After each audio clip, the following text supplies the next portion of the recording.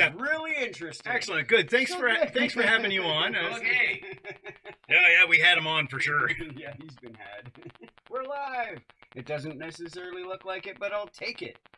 Well, we have a big there. Yeah, we are live. Hey, welcome. Nice. This is How Did You Get There? A show where we're critical of thoughts, ideas, opinions, and beliefs, and not necessarily the people that hold them. We discuss opinions that are ours and maybe our guests, but no one else is responsible for these opinions. And in fact, if he says something weird, we brought him on, so blame us anyway. Yeah, today, don't blame Jess. Don't blame Jess TV. Don't blame Jess anything. Today our guest is Christopher Spearman. We're sitting in front of the Michaels. Yeah. I'm sure it's not Mycicle. Bike, yeah. Mike. Mycicle. Yeah. Anyway. And I don't know if you know this about Chris. He used to be taller. We learned that. Things we learned. He's taller again. Started late. There we go. So normally there's some introductions that go on, but instead I'm gonna have a different question. So Chris, you're in Lethbridge. Why Lethbridge? Well, I raised my family here. I came into Lethbridge in 1981. We had 2 kids, and then we added 2 more kids in Lethbridge. And I got involved in their education, in their school system. I got elected to the Holy Spirit Catholic School Board. I served 6 terms, 18 years on the school board. I worked in the agri-food sector. Became very involved in the city.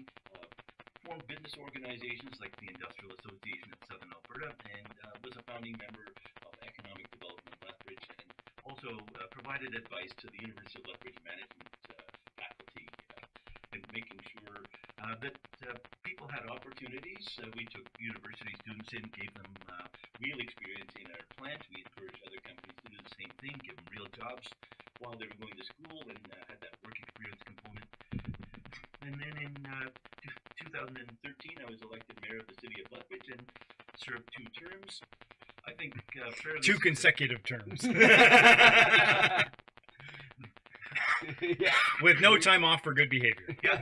So basically, I think we did well during that time. We attracted over $1 billion of new investment to the city. Investments like Cavendish, a $450 million investment. Our existing industries all grew. Richardson Oilseeds added a $110 million expansion. Hostess Frito-Lay became the Western distributor for the corporation, $85 million distribution center investment. And of course, I worked with the provincial government, NDP government at that time, with Shannon Phillips to get the science building at the University of Lethbridge, a $250 million investment in our city. The Leisure Center was built, a $240 million investment. We upgraded our airport. The Chamber of Commerce told us, based on a survey they've done, 600 businesses and 1,500 residents thought that the airport needed to be upgraded. It had been about 1970 level.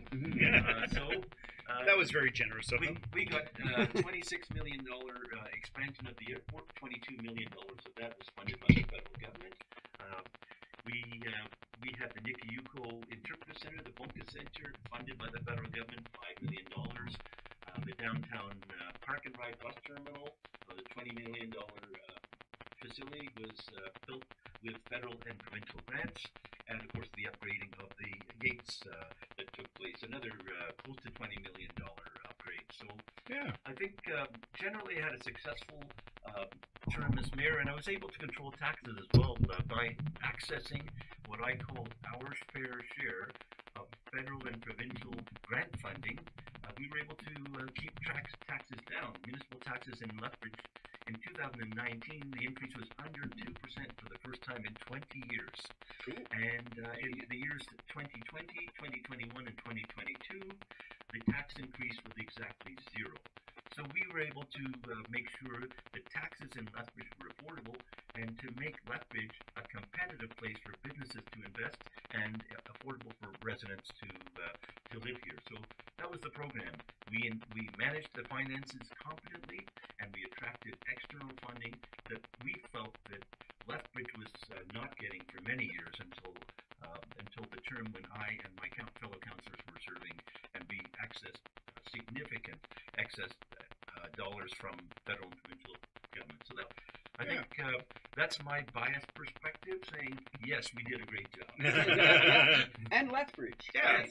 I think that's part of, like, that's a question I ask just about everybody I bring in. I love Lethbridge, and I know why. Yeah. Right? Like I came to Lethbridge born here. from my mother. Yeah. Like she wasn't born here, but that's But okay. I've got that bias of being a local. Yeah. So I'm curious, when someone moves here in whatever year, 81, then I'm curious, right? You were chasing the business dream. I had a choice. I was working for a multinational company that had a place in Toronto, and they asked me if I would like to come out to Lethbridge for the summer to see how I liked the community. So I could have lived in a city. Population back then was about 4 million, or came out to Lethbridge, and the population here at the time was about 60,000. Yep. And I decided that Lethbridge was a better place to raise a young family. And I was impressed. Like, everywhere we went in Lethbridge to look at homes, no matter where we went, we were within 2 blocks of a park. You know, and so we had lots of green spaces. We chose to live in West Lethbridge back in 1981. People warned us With the 4 trees. Yeah, they said, "Why would you want to buy a house on the other side of the river?" That's right. Crazy. That's out of town. But we did. And They got a passport, Yeah. moved into the People's Independent Republic of West Lethbridge. Yeah. And when my kids got of age to go to university, all 4 of them went to the University of Lethbridge. And by being able to live at home and go to a local university, I called that, back then, it was like a $5,000 scholarship a year to be able to stay at home and go to your local university. Yeah. Lethbridge offered a lot of things. My kids all took French immersion in the school system. My kids were all involved in the Lethbridge Judo Club, and 3 of them are multi-level black belts, and one has their own judo club, and my oldest daughter is now an internationally certified judo referee, eligible to serve in the next Olympics. Yay! Nice.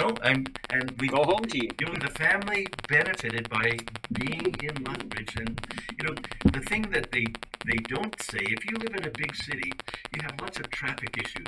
You have trouble registering your kids for anything because it's so competitive, and you lose a whole lot of time in traffic. Whether you're going to work, taking your kids to That same extra- judo is 2 hours out of your life. Yeah, everywhere we went in Lethbridge, we could go in 15 minutes or less. They took judo. 15-minute cities.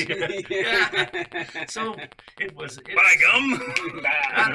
That was a fantastic thing and a great choice for something we've never ever regretted.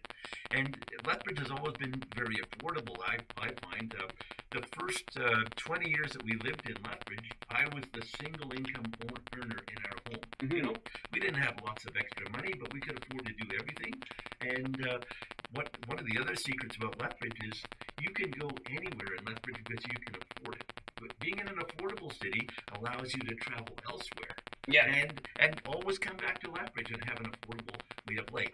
Now that's changing a little bit now, and of course that's one of the things I want to look at as an MP for Lethbridge.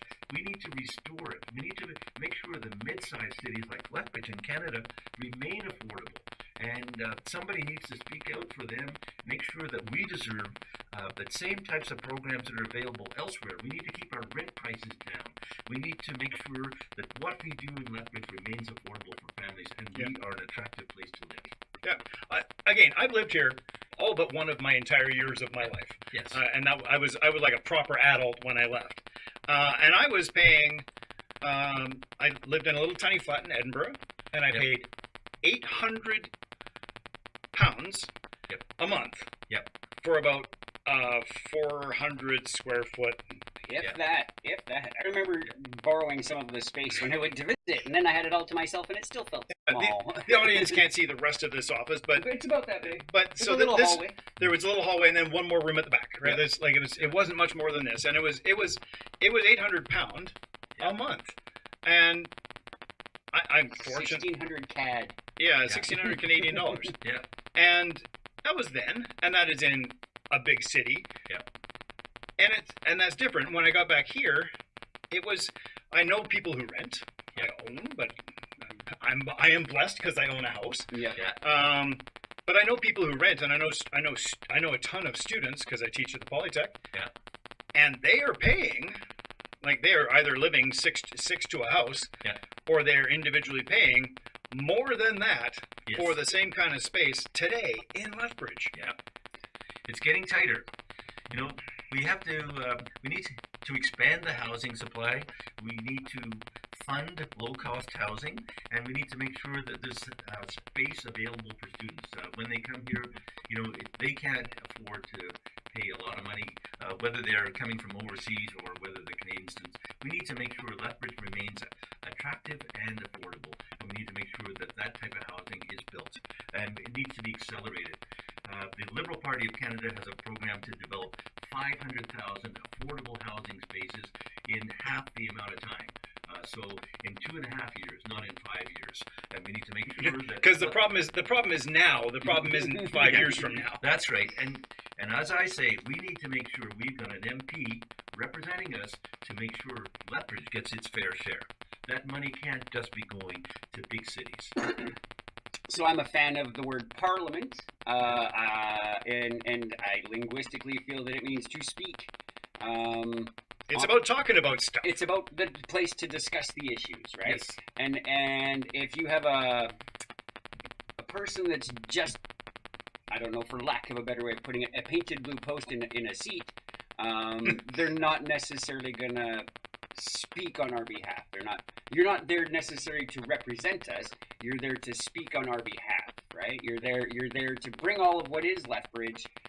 I'm already assuming, right? You're not our lobbyist, but you are our voice. Mm-hmm. Right. And I would say that Lethbridge would be well served in a Liberal government to have a Liberal member of Parliament. Mm-hmm.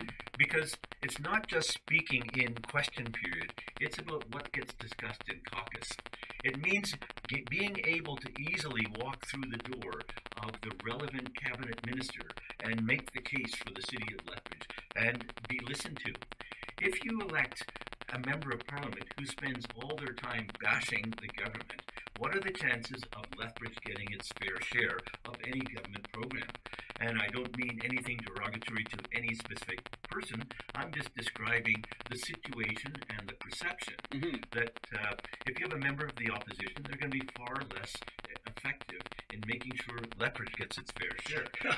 I am reminded of the Monty Python sketch, the argument sketch. Yes. Where the guy comes in and says, "I'm here for an argument." No, you're not. Yes, I am. No, I'm not. Well, you're just naysaying everything that I say. That's not good opposition. Like, should you find yourself there in an opposition position? I would expect, and this is kind of what I expect of our current MP. It's not your job to say you're wrong. It's your job to say thank you for that, and wouldn't it be better if? Yeah. Yes, right? and. It's like good old yes and. Theater, sports, yes and, right? It's this, and I know that there is the party whip, right? There's for some reason we've become accustomed to the acceptable internal pressures that try and keep people in line. And I'm not going to ask you the question that sounds like I'm going to ask you. But I'm going to say I think that being able to speak about what people in the area understand and to speak for, not just Lethbridge, but I'm going to pick on North Bay because North Bay is Lethbridge, but it's much closer to Toronto. Yes. But it's for size, for geographic proximity to the next things, Aurelia, or Estevan's pretty small in Saskatchewan, but it's big for Saskatchewan. Moose Jaw, right? They could be us, or they were us, or they were what they are now. What we were, and somebody needs to be saying, yes, there's a housing crisis, but there's more to it than just houses. It's about supporting people. It's about helping us be the best Canada that we can be.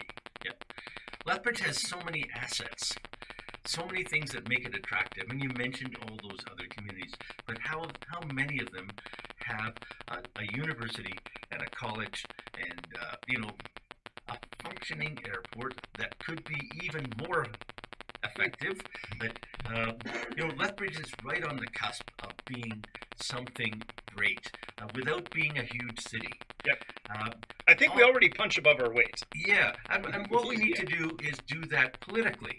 We haven't been punching above our weight politically. Even Brilliant. Even provincially, where we have a government representative here, people forget about the agri-food industry. Who are the people who get punished first? Municipal taxpayers by the provincial government, our educational institutions by the provincial government, and everything that's important to Lethbridge is being adversely affected. And when the federal government offers to help, Yep. the provincial government says no, thank you. Yep. Or please fill out this paperwork so we can get your money. And any time that people who need income supports are given money by the federal government, whatever they're given is then reduced by the equivalent amount by the provincial government, so these people never get ahead. And I would say we do need to make sure somebody's speaking for Lethbridge consistently. I just remember as a young kid, and I think I'm hearing young people in Lethbridge. They understand this. I'm getting lots of support from young people. When I was a young kid in the early 1970s, there was a Liberal minority government. Pierre Trudeau had just barely been elected by 2 seats over Robert Stanfield and the Conservatives and David Lewis and the NDP. And it was a Liberal minority government. And these people had to get along together. They had to reach across the aisle. They had to make programs work. We've got to a point in this country politically where everything's divisive, everything's theater. There is nothing constructive about question period anymore. It's who can score the most political points.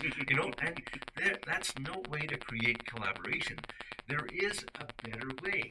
And that's what I think. Parliament. But it's having a Liberal member in the caucus talking about things within the Liberal Party before it even gets to the floor of Parliament, making a difference and influencing what the government is doing. So, if we've always felt forgotten in Alberta, if we've thought that the federal government is ignoring us, wouldn't it be better before the legislation actually gets onto the floor to have Alberta members influencing and making sure the Alberta voice is heard, and perhaps be a little more receptive and a little more tone deaf? I had a conversation with an MLA. Yes. Who echoes those sentiments strongly. It's not about what you say on the floor. That matters. Yep. And because that is where unless you're doing something committee of the whole to actually flesh out the legislation, it's what goes into the conversation in caucus that forms what happens. You can be as grandstand as you want on the floor. Yeah. Has little effect on the legislation. Being at the table in the early drafting moments, is far more effective. Yep. I wonder, just for fun, just the way my brain works sometimes. So there's a narrative that has gone on throughout my lifetime that Alberta is neglected by the East. And it's as much propaganda as anything else, especially in this narrative age that I think we live in. So let's say you get elected, then we now have that voice that they don't think we have. So does that resolve the Alberta angst issue, right? Like that some people would have where we don't get our say, and that's because we have divisive opposition as opposed to critical opposition. Or if you were to be elected, you just become part of the Laurentian elite without having a house in the Laurentians. I'll never be part of the Laurentian elite, but I have to tell you that in all honesty, it's a lovely country. Yeah. Well, I have lived in other provinces in Canada, in 5 other provinces in Canada. So I've lived in Newfoundland, I've lived in Prince Edward Island, I've lived in Nova Scotia, Ontario, and Quebec. So you've lived in the beautiful places, well, including Alberta. But I have different Canadian experiences, and I also have friends in those provinces. So I understand what other people are saying about Albertans, and it's not pretty. No, You know, we're not all rich. They believe that Albertans are the wealthiest Canadians. They believe that Albertans are selfish. They keep telling me, do you know we have less disposable income than Albertans? In every single one of our provinces, we have a provincial sales tax, which reduces our spending power. And Albertans always forget that. They say, you know what? The federal government, rightly or wrongly, built TMX. It cost over $30 billion, and all Canadians paid for it. And you know what they tell me? Alberta never said thank you.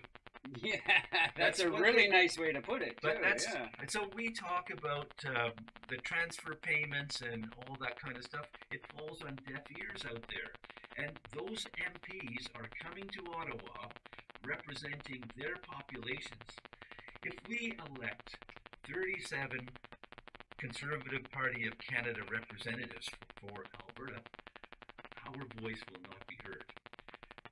I can tell you, I am not necessarily the best person to, I'm not an expert on the oil industry. I hope there's going to be Liberals in Alberta who advocate for oil industry and more pipelines.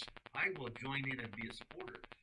My effective area is talking about agri-food, which is ignored provincially and it's ignored federally right now.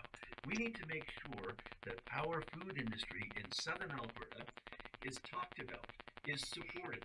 When the Trump tariffs come, if they come, we need to make sure there's supports for farmers and the whole 40,000 people that are employed in the agri-food industry along the Old Man River Basin. And we need to be able to walk into the Minister of the Environment's office and say, hey, coal mining that creates 400 jobs makes absolutely no sense when we have 40,000 people employed in agri-food. Every time there's been a coal mine, whether it's in BC, the Elk River, or in Alberta, in the Smoky River, the coal mine has polluted the river. There's been repeated selenium leaks, some of them which are harmful to human health, right? The fines in BC are at least substantial. They start off in the hundreds of thousands and go up to the millions. So tens of dollars in Alberta? Well, yeah, I think it's the difference in the zero in the litter fine. Yeah. Right? It's $200 in Alberta, $2,000 to litter in BC. Well, in Alberta, in the month of March 2025, there was a selenium leak into the Smoky River in Alberta, and the fine was $9,000. In BC, it's it's close to, it's in the millions, and it might discourage someone in BC from polluting, but I'm pretty sure that's pocket change for the polluter in Alberta. Yeah. If coal mines have polluted the rivers every single time to date, I don't believe the coal company Northback when they say we have new technology. And the joint federal provincial panel in June 2021 said the risks far exceed the benefits of a proposed coal mine at Grassy Mountain. And furthermore, they said that the coal company's claims about modern technology were just not credible. And nothing has changed since in 4 years. I saw a presentation to Lethbridge City Council very recently where those exact claims were updated and reiterated. It's like, in theory, you could potentially maybe do this, but we can't do it at scale. Yeah. And they said that Teck had 3 new technology stations of treating. Guess what? Last year, Teck was fined. Now Teck is no longer operating those mines. Glencore is, but it was for selenium leaks that took place when Teck owned the mine in 2023, and those fines were imposed in August last year. Significant fines. And I can tell you, Teck, to their credit, spent more than $1 billion trying to solve the problem. Northback is not going to spend anything close to $1 billion trying to solve the problem. When I was in elementary school, there was a bully. Yeah. I won't name names. I have a particular one in mind. And the bully used to beat people up. Yep. Right? That bully doesn't beat people up there. No. There's a different bully today that does the same thing. Yep. And it's the same problem, just a different person running the problem. That's what you've described at Teck. Sorry, whatever they are this week. Whatever right? coal mine operation, it's still the same coal mine operation. It doesn't matter who's running it, when it's happening. It's still the same thing, right? And they keep telling you that we need metallurgical coal. this coal, if they're successful in moving forward, is not going to be used in Canada. Canadian steel companies have all moved to electric arc technology, which does not require coal to make steel. This coal is going to be extracted from Alberta. We'll get next to nothing in royalties. We'll get just a few jobs, and this coal is all going to Asia. So we don't need their metallurgical coal. Yeah. That's a really good point. And We're about halfway through. I guess because the late start, I wasn't really paying attention. But yes, we're about halfway through the show we call. I want to make one more point on the coal mining. Yeah. And Do that. that is the town of High River hosted Northback last week, and Mayor Craig Snodgrass did a great job. He basically exposed all the deception by Mike Young from Northback. Basically, Mike Young was saying our coal slag is basically not going to go into a creek where the Gold Creek, where it could contaminate the Goldman River. And Mayor Snodgrass said, "Oh, so where are you going to put it? Are you going to put it in the Blairmore Creek instead? Because it's exactly the same thing, and so it's just not federally regulated there. Yep. So you have to watch for the deception. This company is spending a lot of money on marketing. They're walking into communities. They're sponsoring charity and donations to communities. Basically, they're just buying off support. But in reality, they cannot provide the science that will prove that our river will not be harmed. They will do significant damage to our agri-food economy, and it is a federal issue.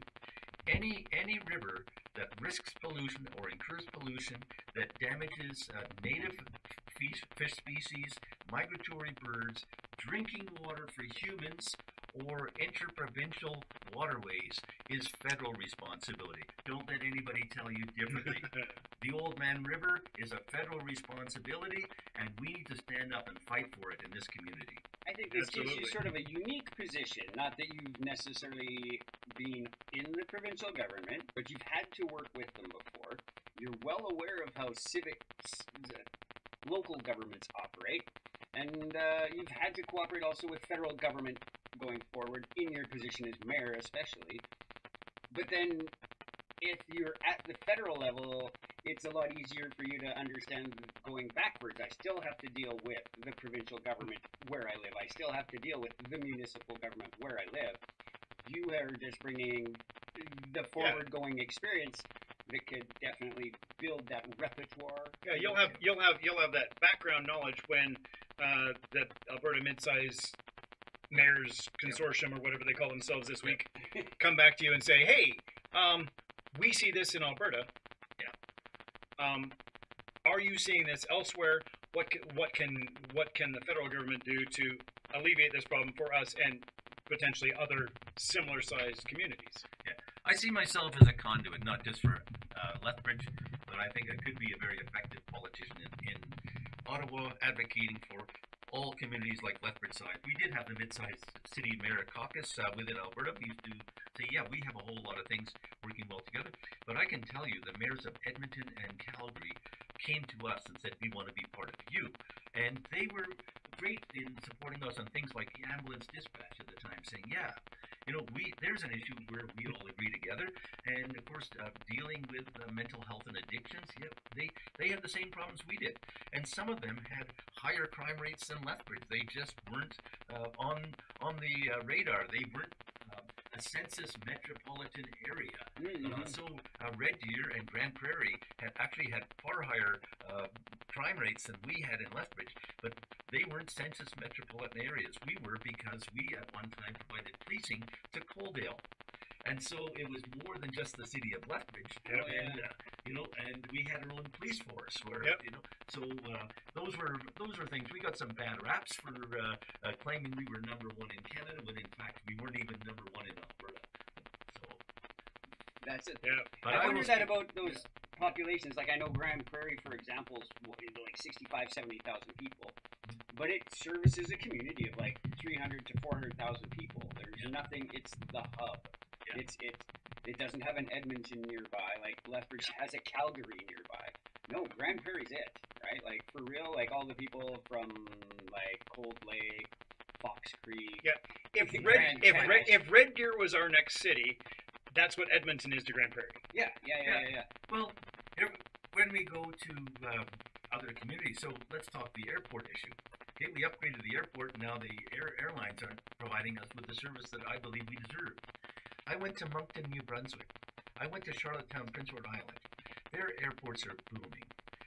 They have 10 times the number of flights going in and out of their airports that we have. Are they an airport of entry? Well, I'll tell you, They are.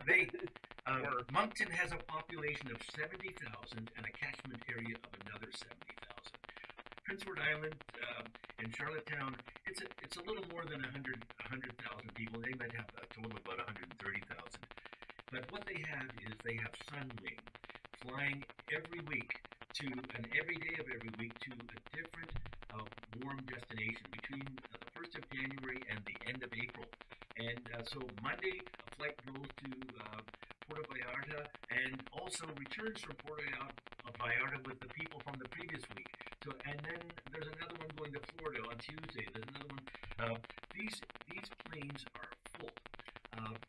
What's happening here is our airport is not marketed, is not being supported by the airlines. We could have a viable airport in Lethbridge. If they can do it in Moncton, they can do it in Charlottetown, we can do it in Lethbridge. And when I went there, I said, wow, we've got a big problem because we're 2 hours drive from Great Falls, we're 2 hours drive from Calgary, and they said, you know what, we're 2 hours drive from Halifax. So give us another excuse why your airport isn't working. That's somebody has to lean on the airlines and say you have to do a better job, and we have to be creative and sell ourselves too. We need to make sure that when we have an airport here, we get out of the habit of driving to Calgary. You know what? Parking is much cheaper in Lethbridge. Yep. We need to promote airport services around the airport.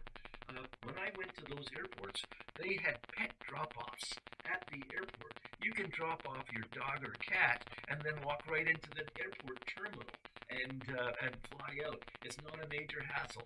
So we need to have those kind of services. We need to have, if people's flights are delayed, where do they go? Where can they sit in comfort within the airport terminal? Because there are places in those smaller airports where people We have a coffee machine now. Yeah, but you know what? It's free. Oh my God. Those airports have little pubs in them with big screens, and somebody can watch the news, somebody can watch the sports, and you would be surprised how quickly time flies when you can sip on a beer and wait for your delayed flight. Yep. Right? That's very true. And we need to make sure that airlines just don't randomly cancel. Reliability has been the biggest impediment to making our airports successful. Second is, let's have the flights at times when people want them. If you have one flight early in the morning, one flight ultra late at night, that is not going to invite people to use the airport and make connections. We need to make sure that we can provide the same kind of connections that are available at similar airports elsewhere. Why is Abbotsford successful? Why is Moncton successful? Why is Charlottetown successful? In Eastern Canada, those airports are all closely linked.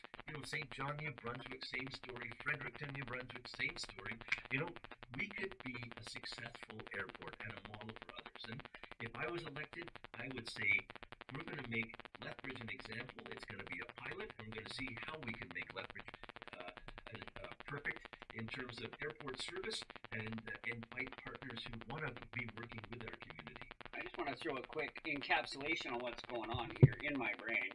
So we got this guy here, and he likes to support business, community, people, homeless concerns, Our Environment, economy. Yeah.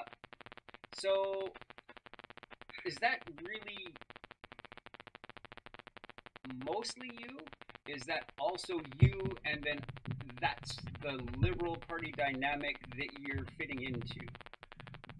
I would say that I'm not the traditional Liberal Party candidate in terms of political philosophy, but I've lived in this community for over 40 years, and I think I'm passionate about this community. I've been actively involved in this community.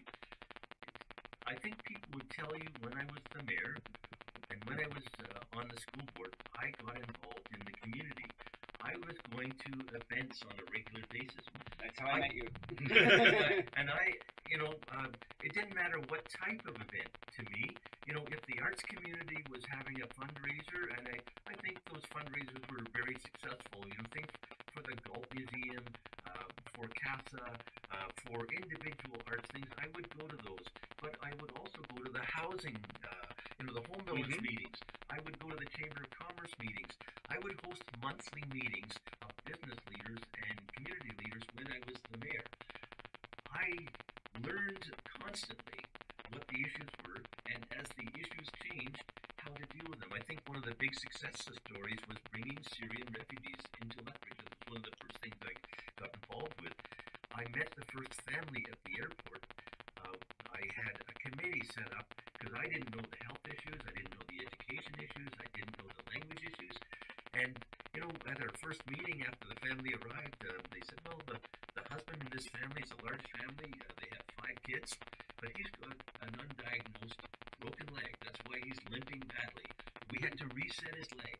And he'd had that broken leg for 3 years. And so, that happened. Then they said these kids, none of them are vaccinated. They all have to be inoculated before they can go into the school system.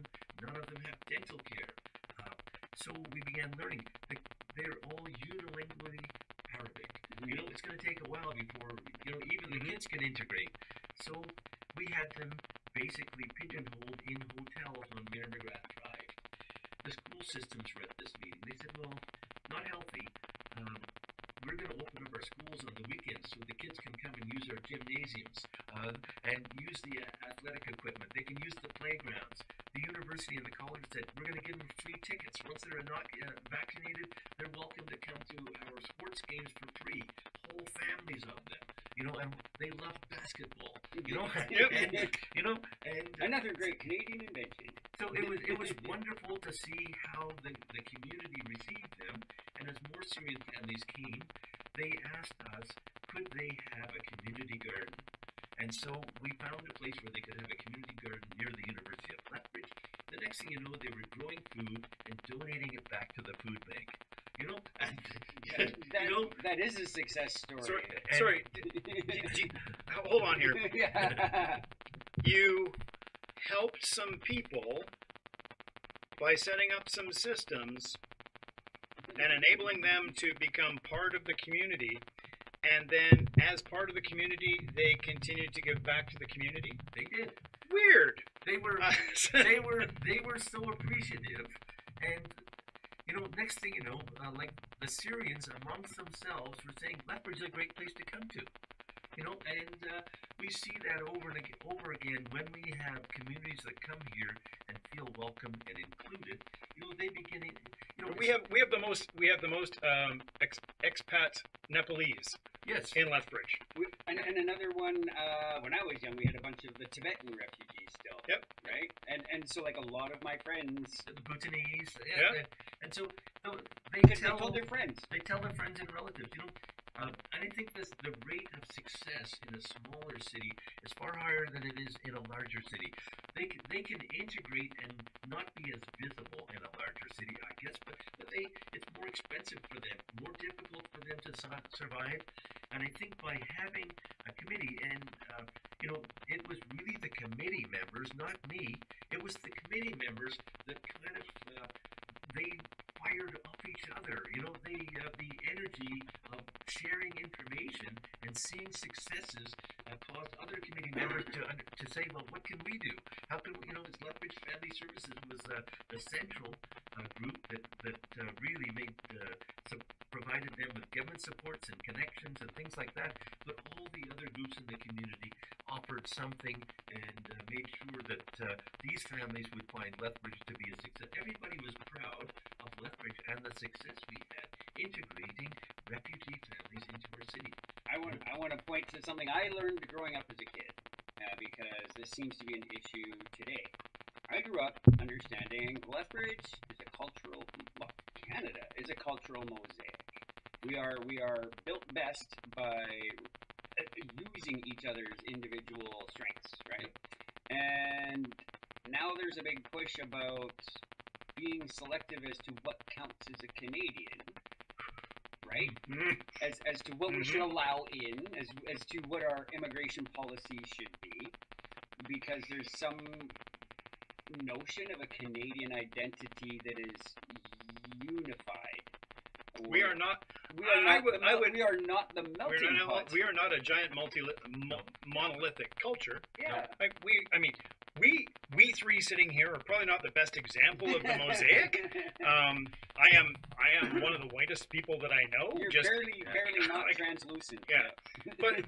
But that being said, I am aware and pleased at the diversity that we have here. Yes. I think the diversity that we have in Lethbridge, I think, is echoed in more towns like Lethbridge. I say town because we're not Toronto. Just in case you're in Toronto, I recognize that you are a city, and comparatively we are a town. A city with a higher GDP than the entire province. Yeah. Just when everyone's like, Alberta's the spark plug. Sure. Yeah. Right, and I appreciate that, but I think that, and I appreciate that what I've seen is that candidacy across the Liberals and across most parties has generally reflected the diversity. Yes. And I think that's a good thing. I don't think it's like an intentional. Like it just happens because those are the people. Those are the people that are in that community. They're there to represent, and they too want to have a voice. You know, they that's want to be 100%. recognized. They need to be visible. I think some of the people who are serving in the cabinet today, Anita and some of, as an example, one of the more competent, more high-profile cabinet ministers. I would say, I'm proud that we have a multicultural center in the city of Lethbridge. That, in fact, is where I'm having my election reception tomorrow night as we watch the results roll in. And, when you walk around downtown, look at the diversity of businesses. There is a family offering South American style sandwiches on 6th Street. They call them Cuban sandwiches, but I think the family themselves are from Colombia, but fantastic, diverse, and delicious food. And we see that all the time, that people who come here create a business, they're proud of where they came from, they provide things that talk a little bit about what's great about the country they came from. And these different celebrations that we have at the Multicultural Center, where different communities can host, and whether it's an African country or a South American country or an Asian country, here's what our country, here's a little sample of our culture, our music, our food, and it's educational for everybody, and it makes Lethbridge a better place. I think that's. So there's a bit of a weird thing in my brain of all the multicultural groups that have labeled themselves as something. The Canadian Polish Society made the most sense to me because they still Polish, but they want to be Canadian first, and all the other ones seem to be the other way: German Canadian Club or Hungarian Canadian Club. But I don't see that as a problem. Just a language thing in my brain. What is interesting though is, like you say, they each have that culture, and that doesn't stop them from being Canadian. Yeah. Right. Like there's nothing about someone from Lower Slobovia putting on a Lower Slobovian dance that makes them less Canadian, right? So that's our makeup country, so we don't make fun of any country, is Lower Slobovia. It works really well for hypothetical situations. Yeah, because it doesn't really matter. So I want to ask you a very divisive question. Sure. Who's your favorite rock band? Good one. Well, my favorite rock bands are ones that most people don't remember. Less divisive then. But okay. Well, when I go into karaoke, I always ask for a song by The Doors or by Jefferson Airplane, and it stuns people. I was in Las Vegas a little more than a year ago, and they had a live band. These young people backing up the karaoke singers, and I said, "Do you know White Rabbit by Jefferson Airplane?" They said, "What?" A New Life Gold karaoke with Chris Spearman. Yeah, one of my favorite songs. We'll go out to the tavern in Tabor. Bill Lawson hosts. It would be a great time. Yeah. Light My Fire by The Doors. I'm no Jim Morrison, but I love to sing the song. I know that every time I sing it, Jim Morrison rolls over in his grave.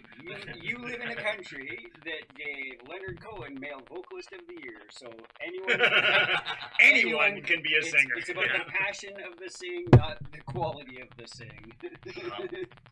Yeah, Leonard Cohen was a great songwriter, as everybody knows. Yes, everybody who sang a everybody knows. Everybody who sang a Leonard Cohen song sang it better than he did. But, Yes. you know, but I think in terms of live performances, I think a night of horror would have been to be attending a joint concert by Bob Dylan and Leonard Cohen together on stage. Together at last. Together at last. Neither one was a great performer. No, and they wouldn't even sing in tune to each other. It'd be magical. It would be Yeah. cheap dentistry. Two brilliant songwriters. Yes. That's a weird statement. It's sort of like ancient Romans didn't want anyone else reading their poetry, their stories, or anything. They didn't. So to me, maybe that's what happens with the Leonard Cohens and the Bob Dylans. Is it's I know my words Can we best. throw Neil Young in that mix too? Well, I went to a live event with Judy Collins a couple of years ago. She just turned 80, and she was involved with Crosby, Stills, Nash, and Young when they were popular, and also before that, she lived in New York in basically a flop house, and Bob Dylan was there too. He was couch surfing, and they were kind of sympathetic. I think she, Graham Nash, was thinking, well, this poor guy, he's barely literate, and and we'd be trying to sleep, and he's slowly working out, hey, Mr. Tambourine Man. No one's even that. And they said, oh, this guy is gonna struggle. See? Brilliant. Yeah. Humans be good. Humans be good. Yeah. That's good.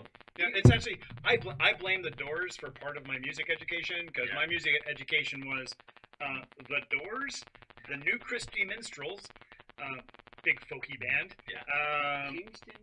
Kingston Trio. And Frank Zappa. So that's sort of my early musical influences. Oh, your mom. No, your mom. All right. Well, I grew up in an age when we had live bands at high school dances and stuff like that. So we had Mash McCann and people like that attending, and high school dances back then were sort of musical and sort of bar fights, and Some things don't change. Yeah. I don't know. Do they still have school dances? That's terrible. But anyway, people used to do live performances, and the Doors were kind of the last band that didn't give into the technology. Like when they when the Rolling Stones and the Beatles were doing more and more studio type songs at the very end, after Magical Mystery Tour and that kind of stuff, which that was a cool thing where they diversified. The Doors at the time were still doing live performances, and their songs sounded like that when they performed, right? Yeah. So a lot of the songs that the Beatles and the Stones played, they couldn't reproduce that exactly live, right? Or else they have to have additional musicians in the background, in the shadows. So and I think one of the best concerts I did see was in Arizona when the Rolling Stones were still all the original, more or less the original ones. So that was just a couple of years ago, maybe. Yeah. So fantastic. I love. We won't play the how many years ago was the 1980s. Yeah. Because it was just 20 years ago, right? For fun, in 1985, the movie Raiders of the Lost Ark was made. If we made a similar movie next year, it would be about 1985. Yeah, I think it was 2021. I was in Yeah. Arizona. Their second last live concert before COVID, I think it was. Oh, wow. Yeah. I remember the Stones helping out at the SARS thing in Toronto. Yeah. Wow. Nice. See how the world can come together just for little Canada. Yeah, we're okay. And we have some wonderful Canadian artists. Let's not. For real. I mean, that's Big Sugar would be the first one that comes to mind in the rocking of Canada that can do live and it'll sound like a recording. Yeah, Canada has a ton of talent. Honestly, Lethbridge has a disproportionately large amount of performance talent. Like the number of exported Lethbridge art arts and culture professionals is quite large, Yeah. especially compared to our size. We also attract the other way. We had nationally known political cartoonist Eric Dick on. He moved to Lethbridge. Yep. Right? Less famous, but the Strudel Brand people, she's from Vancouver, he's from Calgary, they chose Lethbridge. Their dream is amazing, though. They want to turn Lethbridge into, well, this reason. They see the arts potential in Lethbridge. They want to make Lethbridge an art project. All of it. Wall to The wall, whole thing. The whole thing. Wherever you go, you will be arted. But we have exports. We have exports in music. We have exports in film and theater, radio, and we have very supportive people for that. Yeah. The other side, it's not just a regular thing or my bias. Just had this one act play festival on the last Saturday, and my adjudicator I had to bring in from Medicine Hat, and she looked at me at the end of that, like seriously surprised. She said, "The caliber of theater in Lethbridge is unmatched." She's like, "I've been to Calgary, and they have to have all of Calgary to come up with a show like yours, and you had all of Lethbridge, and you came up with a show like yours, right? With 1/10 the population, we've got the same compete, the same quality." It speaks to why you're here, right? It's Lethbridge. Yeah, I really enjoy the theater. I really enjoy the live performances. The symphony's fantastic. So much to choose from. I remember when I was mayor, I was in Ottawa, and at the time, Leroy Stagger was performing in Ottawa. So we went in the Byward Market. We went into this place, and there we were. Leroy Stagger from Lethbridge at the time. Yeah. We were in Ottawa. It was an awesome evening, and great to see that kind of stuff happening. One that I was rudely awakened to, and I was disappointed I did not know, the huge fashion community we have in Lethbridge. It is huge. It is not just an offshoot of the college, now Polytechnic program, but these people, again, did the thing, stayed, right? We don't export all of our talent, right? It's just whatever their bucket list choice to move or stay.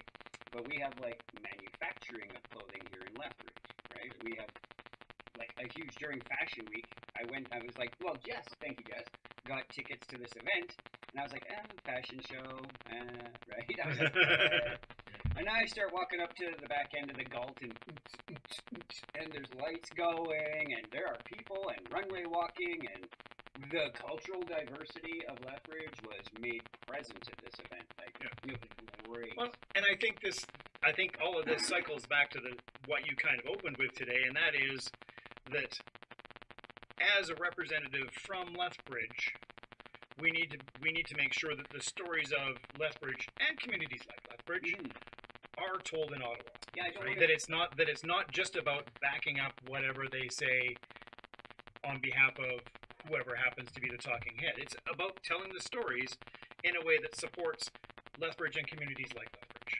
And I think people know that when I was mayor, I was involved in the community. I did my best to support everybody in every aspect of the community, and that's what I would do as the member of parliament. I would make sure that I continued to be involved in the community. I'll be the first one to tell you, I don't know everything about every subject. The only way that I can be an effective political representative is to be involved in the community and let people tell me their stories, and then I can go and advocate on behalf of them or invite them to be part of a delegation to Ottawa where they can tell the story more effectively on a trade issue, a farming issue, an environmental issue, an arts issue. You know, if we want to make sure that Lethbridge gets its fair share of attention and federal dollars, I think that I can be the person to represent the city most effectively coming forward out of this election. Yeah. One last ask is that should you be elected and you send me a flyer with a thing that says, ask me any questions, if I fill that out and send it to you, will you answer my question or at least acknowledge that you received my comment card? Yes, I will. And because that'd be refreshing. There is no one who has never had correspondence not responded to more than me. on this coal issue, I have written to the Premier of Alberta, the Energy Minister, I I've written to the environment minister. No one's and gonna ignore it better than me. do you know how many responses I've got from my multiple letters? Exactly 0. Wow. You have to FOIP that stuff and then you get sued. Do you know in BC, when they pollute the Elk River, and they have done, they're relying on mountain lakes for their backup supply for the communities of Fernie and others to create potable water. Do you know there is no backup supply for the Old Man River? What, When they can't we pollute just go to the mountain by Colehurst? Yeah, there is no pipeline to the mountains. Weird. So We have one choice, is we what have you're one saying. choice. And when I write to the ministers and say, "Do you know we have one choice?" I never get a response. So I know what it feels like to not have your questions answered. That's a brilliant. So you're saying yes, you'll answer. Yeah, I will it might answer. be, I've received this and we're taking it under advisement. you You, are might, one you, of don't have the- to you don't even have to give me No. like an answer, but just Well- like, hey, I got your message. I'll get back to you sometime. You would Right. Well, block Lord, me on a how social much media. effort does it take for somebody to write in response and just say, in response to your question, Stephen, no. Yeah, I would take that. Yes, I absolutely. would take that. Have you considered this? No. Thank you for at least Well, reading my comment, right? no, Yeah, not that and I that know- would I be know your that- answer. As I say, the only way to you need to That's good. continually learn. Yep. And throughout this campaign, I've been impressed that people took the time to come into our campaign office and talk to me about things that they know more about than I do. That's not uncommon. Somebody who has spent an entire career in the armed forces saying, "Do you know?" and come in and talk to me about weaknesses in our defense systems in Canada. That's important information for me. And when it comes to talking about that, I'm going to say, I'm going to be getting back to you because I want you to come with me to talk to our minister in Ottawa about defense strategy. We have somebody who came into my office and said, there are processes to produce cleaner oil and gas products, and we're that close. We can work with Alberta Innovates on new technologies to produce cleaner energy, and we can do that with our heavy oils. I don't understand that stuff, but that guy does. And when he comes, I need to go back and say, these are some really good ideas I heard when I was campaigning. But what I think is really nice is that people are willing to come into my office and they know that I'm willing to listen. That Any is good ideas? reassuring. Just to point out, this is actually your second appearance on the station, but we weren't really promoting the party, so we don't feel like we've done any disservice to any other. Yeah, we're more interested in about Chris. We care about Chris. But when all parties were granted time, not all parties availed themselves of their time here, and I think that speaks loudly to a willingness to engage with the community. Right, that those that came and had their discourse with Maria, they had their time. They wanted to engage with the questions of the community, or at least that member of our community. And anyone that didn't come maybe isn't prepared to listen to any member of the community about what matters to the community. Yeah. I think it's important to reach out to every sector, and there's different ways of doing that and different forms for doing that. Some people read the newspaper, some people are active on social media. Sometimes I've been to 9 seniors' homes. I need to engage with people where they are. I've been to the community markets. I've been to community fundraising events through this campaign to make sure I'm interacting with organizations that are important in this community. Everybody participated in the Chamber of Commerce Forum. Everybody participated in the Library Forum. But it's very important to engage with people in multiple forums, expose yourself to people, take a little risk, and that's part of being a politician. It's part of being a candidate. You present your platform, you try to communicate with the community, and there are multiple means for getting feedback to candidates and sharing your ideas and saying, okay, we heard you, we don't think you're right, here's the information that you're missing, and it's better than adversarial politics where people just shout out of their truck windows as they drive by. So we're totally different. I'm out walking my dog, and this guy says, "See you Saturday," and I'm like, "Yeah, well, yeah, okay," because he's out walking around, engaging with the community where they are. I'm just out walking my dog. Yeah, and you try not to be annoying, and you spend a limited amount of time, and you get a sense. At some doors, they say, "Are you willing to listen to some information about the Liberal Party?" And sometimes they say yes, and sometimes they say no.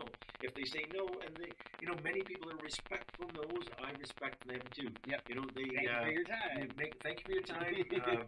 Make sure you participate in democracy. We need to make sure that everybody's involved. And after the election, I represent all constituents if I'm elected, right? So the most important thing is, I'll always be available, always willing to listen. I want to be part of constructive discussions.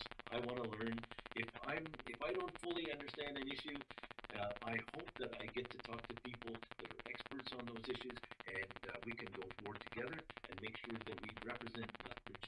And I mean the whole constituency. What is our whole constituency now, right? Like it involves Picture Butte, Colehurst, Barons, Nobleford, and all of Lethbridge County. So I apologize to all those communities that I've been talking about Lethbridge the whole show. Yeah. But we're a collective economy. We're a collective community. We have all similar priorities. It's not just about moving forward money for the city of Lethbridge. It's about accessing what's going to work for the whole group of us. So, like the twinning of a road or those kinds of things. Yeah. We need to make sure people get into Lethbridge when they want to and out of Lethbridge when they want to. That's right. Yeah. And ideally, maintain and facilitate our great agri-food corridor. Yeah, and that is so important, but also it's important that we support each other's communities as well. There are celebrations, great celebrations that happen even just outside of our riding. Now, Fort McLeod has a Santa Claus parade, for example. Brilliant. I was in the inaugural parade. And people said, well, why doesn't Lethbridge have a Santa Claus parade? I said, because Fort McLeod has one. Because that's a great answer. Because depending on how fast you drive, 25 to 35 minutes away, you could be at a Santa Claus parade. Yeah. Why would we want to compete with it? They're part of our community. Tabor has a corn fest. I know there's a little bit of friction there because it happens during Whoop Up Days. It does, and people in Tabor aren't thrilled that Whoop Up Days happens, and that was an unfortunate thing where we're relying on the promoter and the host organization to choose the dates available. But we always say there's many days to go to Whoop Up Days, and there's other days where you can go to the Corn Fest. So you can go to both, and you can support both communities. Absolutely. So that's I think we should wind up. We got our bonus extra time for starting late. I got lots more to say, by the way. No, we know. We know. We've met. We just wanted to for sure get you out there as a human being instead of just a face of politics.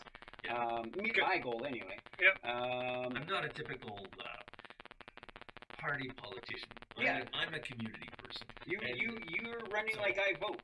Yeah. You found a party that most aligns with your values, and now you're running for that party. And I believe that party's willing to listen to me, and I believe they're willing to listen to that matters. And I think I've been effective in the past, and I'll be effective in the future. Cool. All right. Well, we certainly wish you the best of luck. Very much so. Very much so. Thank you, Jeff. Thank you, Stephen. Chris. So this has been How Did You Get There? We'll be back in a fortnight with another topic. Maybe we'll even stay on it. Yeah. Thanks, Jess. Jess FM. And thank you, Chris. Yep. And then we can talk awkwardly. This is where we tap.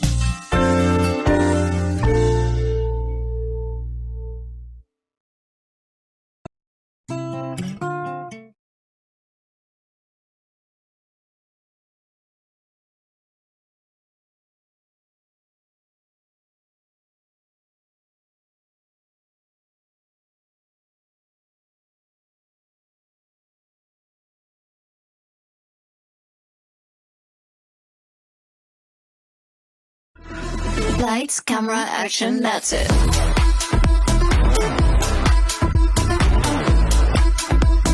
Lights, camera, action, that's